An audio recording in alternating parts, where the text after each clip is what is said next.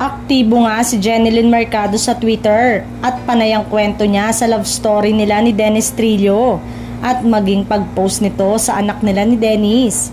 Gusto nga niyang ipaintindi sa mga netizen ang kanyang kondisyon na hindi dapat magdulot ng hatred o maging sanhi para bumagsak ang kanyang karir.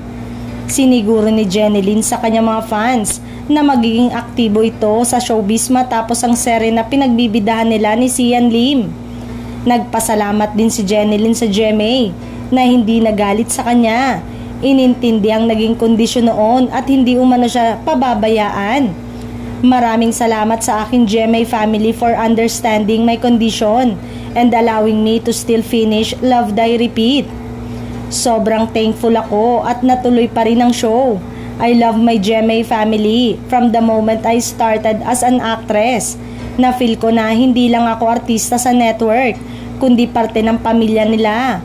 Madami akong pinagdaanan at kung wala ang GMA, hindi ko alam kung malalagpasan ko ito. May nawindang factor ang chikang nakaambang pagbabo ni Mercado ay nakatakdang maganap pagkatapos ng pag-over the bakod ng ilang dating kapamilya sa Kapuso Station.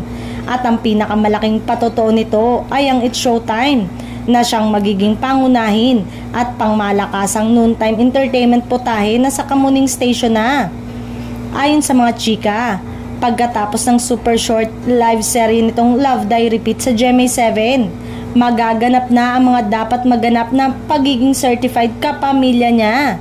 True nga kaya ito na di daw di umano ang dahilan kaya wala pa rin naka-line up na proyekto si Jen sa Kapuso Network?